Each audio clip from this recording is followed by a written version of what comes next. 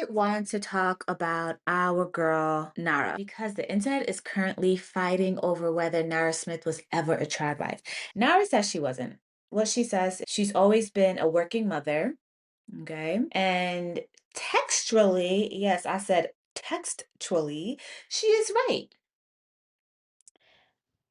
I have not found a clip of that woman saying, women should quit their jobs, surrender their financial independence, and spend Tuesday afternoon making chewing gum. She has not done that. But the subtext, and I'll put it in the description, but the subtext, our girl Francesca Ramsey has a whole video on this called the subtext of tradwife content media literacy 101. The subtext of this is yes, the gowns, the elaborate meals, the beautiful home, the quiet voice, the presentation of domestic labor as being effortless. That subtext tells you, yeah, maybe she might be a tradwife. And what I've always, whenever I see Naro or a lot of influences, what I think is while viewers are watching a woman perform not working, right? Or obviously she's working, she's making all these things from scratch, but it's not working in the traditional sense that most viewers have a 9 to 5 and they're stressed by. Nara was still working.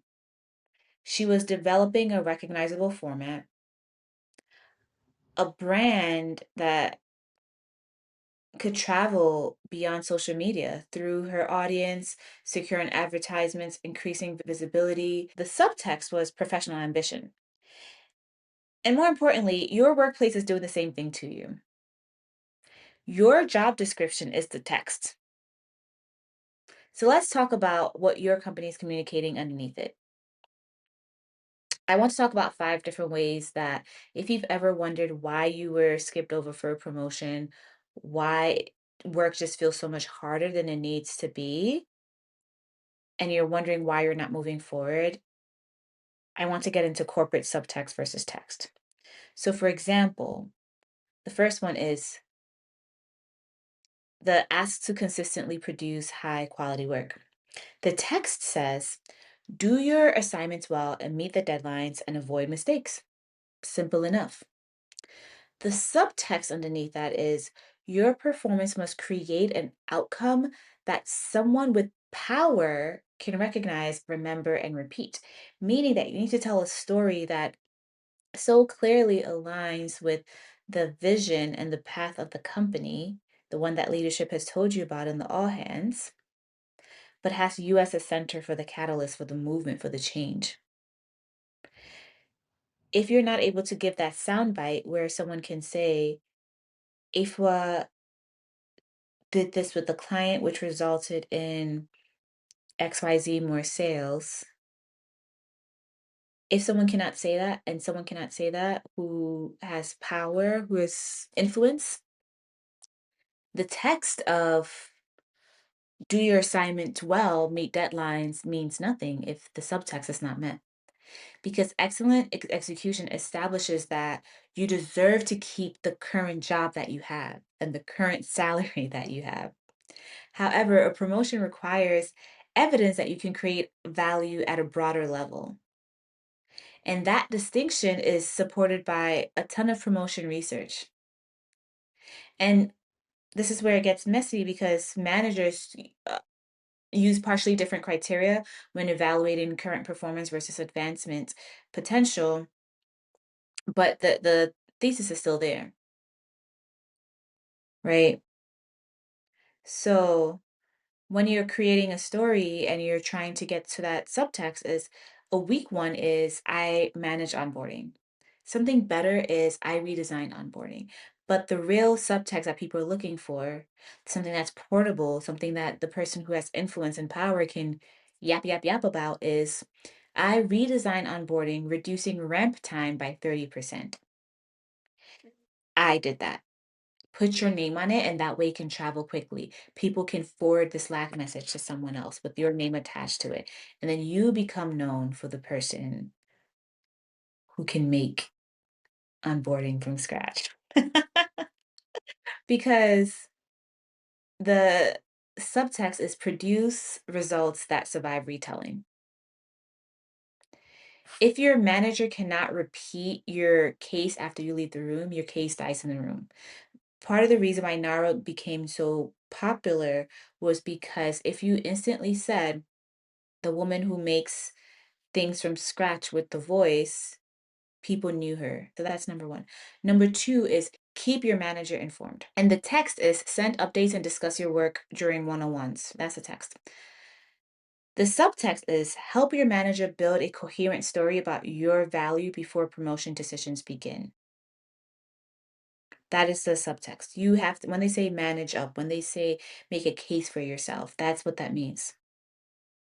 Because most people go to updates and treat it like a status report. Here's what I completed this week.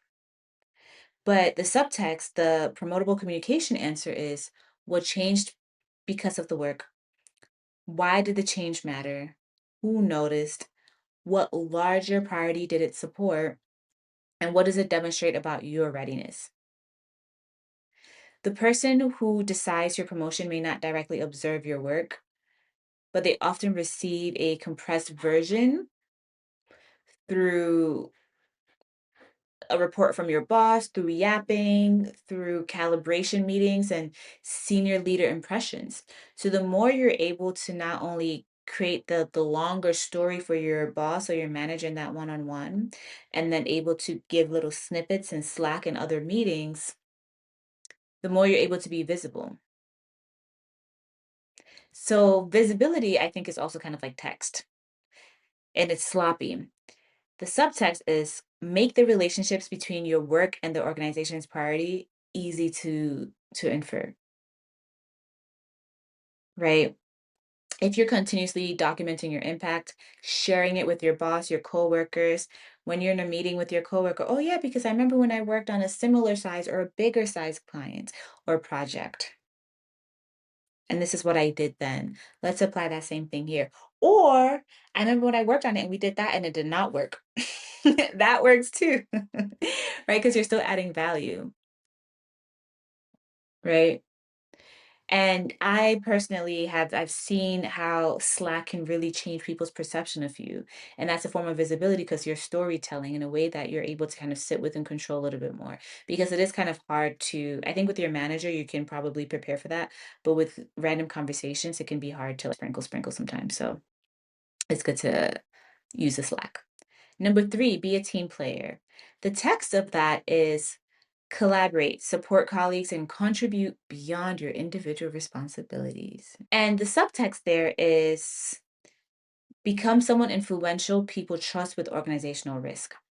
And that's why it's not totally the same. Because here's the trap some employees translate team player into accept every request, clean up everybody's mess, become the office help desk, never make anyone uncomfortable, receive 12 thank yous and zero additional dollars, right? You're the best, but then somehow your paycheck doesn't align. And that makes you useful, right? However, it does not automatically make you promotable. The promotable version of collaboration demonstrates cross functional influence, sound judgment, conflict navigation, the ability to move work without formal authority, and relationships with people who can validate your impact. So when a mentor tells you how advancement works, that's kind of what they're sharing with you, right? And then by you sharing this work, you that's how you pick up sponsors who are then able to use their political capital to advocate for you in the room. So the real subtext of team player it's not be helpful to everyone. It is build enough trust that other people will attach their credibility to your name. You want to be able to be visible enough, tell your story enough, where one person who has never worked with you could still influence whether you're advanced. Because most likely than not, the room that is making the decision of your advancement, you might not have access to. But you want your story, your name to be visible enough that they know who you are in positive terms, in promotable terms. right? So performance is the text, but reputation across leadership is the subtext. Number four, take initiative and pursue stretch opportunities. The text there is something like volunteer, take on more responsibility and demonstrate ambition. That's a text, right? That's the 5-year question. Where do you see yourself in 5 years? And traditionally, you're supposed to answer based on the vision of the company. But what they're really asking, the subtext is, are you aware of the next step of where the company's going? Are you choosing work that produces evidence of the next level scope? And then are you also choosing to be around an audience that's capable of rewarding it? Because not all extra work is career capital. Some of it is just extra work. That's it. It's just extra work. And sometimes you need to do it, but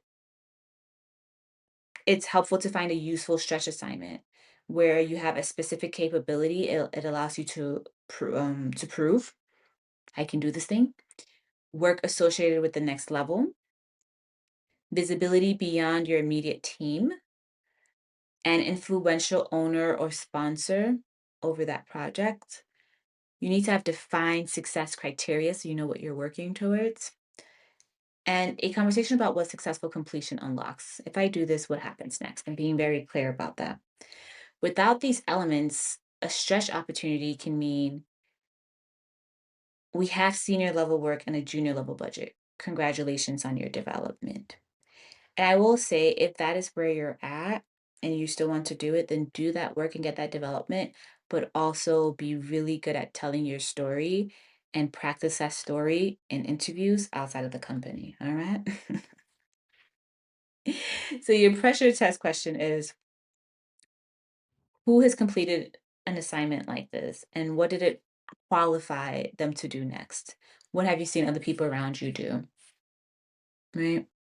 And this helps you distinguish motion from advancement, right? Are you just moving and doing things, or are you actually advancing? And number five, demonstrate readiness for the next level. We've kind of spoken about this, but the text is meet the competence in the leveling framework, right? The subtext is make promotion feel like a lower risk decision than leaving where you are, right? And this one is really deep because promotion decisions aren't only retrospective rewards for excellent performance, they're prospective bets as well, right? Can she handle broader ambiguity? Will other teams follow her? Can she represent us with senior leadership or senior executives? Does the business need this role? Is there headcount? Will promoting her solve an organizational problem? Can someone influential defend the decision? So you need to find a way to tell your story enough that someone can make a case of yes, yes, yes, as many times as possible. Yes, across the board, you know? And this means you can satisfy the written competencies and still be blocked by no organizational need. So you have to assess, does the organization need this? And if the organization does not need this, maybe there's no pathway to leadership and that's where you want to go. Again, this is where you start looking elsewhere. If there's no budget, again, start looking elsewhere. If you have unclear reputation, you can fix that. So you might be able to stay internal if the other two things are valid, but then you need to start telling better stories. You need to make the decision very easy and or the story very easy for your manager to sell. All right. And that's what your weekly one-on-ones are for. That's what any documents are for. Right. So a lot of the subtext is intentionally subtext because ambiguous criteria are especially dangerous because they leave more room for bias. Whereas like concrete evidence forces the issue sometimes, and sometimes we don't want that. So the real subtext is a promotion requires performance evidence, perceived readiness, and an advocate and a business case. It needs quite a lot. So essentially, you're not promoted because you have earned a reward. You're promoted when the organization can justify placing a larger bet on you. So when you're thinking through what I would call the subtext audit or, the corporate speak of it all, I would think through these things, right? If you think through what is written and then uncover the official expectation, right? Think through what is rewarded and the organization's real priorities. Who decides? And that means figure out the actual power structure. What evidence travels? What story are you telling that survives without you? That can get forwarded, that can be brought up in a meeting. What risk must be resolved, right? So, what is the objection that's blocking advancement? So, what risk must be resolved? So, essentially, the objection blocking your advancement. Culture is not what the company writes down. Culture is a pattern created by what it rewards, what it tolerates, and essentially what it promotes. So, with the Nara Smith and the whole tradwife conversation, it's essentially don't just ask what, or don't just take for face value what is being shown to you. Like you can see it and appreciate it. And you can also say, what is the goal of this, right? So for your career, don't just ask what the company, so for your promotion, don't just see what the company said. Oh my God. So for your own, so for you, it's really, when it comes to your career, it's not merely asking what the company says promotion requires, it's also auditing the people it has already promoted, right? Look at the receipts. What work were they known for? Who knew about their work? Who advocated for them? What business problem did their promotion solve? And what did they demonstrate before receiving the title? Which official requirements apparently mattered and which didn't? The promotion criteria are the text. The promoted people are the annotated version. They are the subtext. So get into them. So, was Nara Smith a tradwife? Textually, she says no. People can continue arguing about the subtext. But while everybody else was debating what her dresses meant, what her voice meant, I was just kind of like, why did she do this? And that was always the answer for me. Like, why are you doing this? And you can make the argument that she was leaning into this tradwife aesthetic because in that moment, it helped her move along in the career that she was building. Her format became recognizable, her audience grew, the brand traveled, the opportunities flowed. Because the domestic fantasy may have been the text, but the woman was building a business underneath it. So your job also has text. It's your title, your responsibilities, your promotion rubric. Read all of it. Be very well versed in why you're there, text. But then look at who gets rewarded, who whose work gets repeated and whose name comes up after they leave the room over and over again, whose name is always on the board. Because your job description teaches you how to do the job you have. The subtext teaches you how people get the next one.